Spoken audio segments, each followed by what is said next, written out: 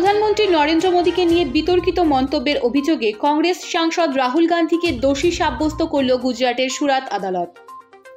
2019-এ vote প্রচারে গিয়ে রাহুল গান্ধীর করা মন্তব্যের বিরুদ্ধে মানহানির মামলা দায়ের করা হয়। এদিন গুজরাটের সুরাটের আদালত রাহুল গান্ধীর 2 বছরের সাজা ঘোষণা করেছে। যদিও পরে রাহুলের জামিন মঞ্জুর হয়, কিন্তু তার সাংসদ পদ খারিজ হতে পারে বলে মনে করা হচ্ছে। প্রসঙ্গত 2019 সালে কর্ণাটকের কোলারে জনসভায় গিয়ে রাহুল গান্ধী মন্তব্য করেছিলেন, সব চোরেদের উপাধি কিভাবে মোদি হয়।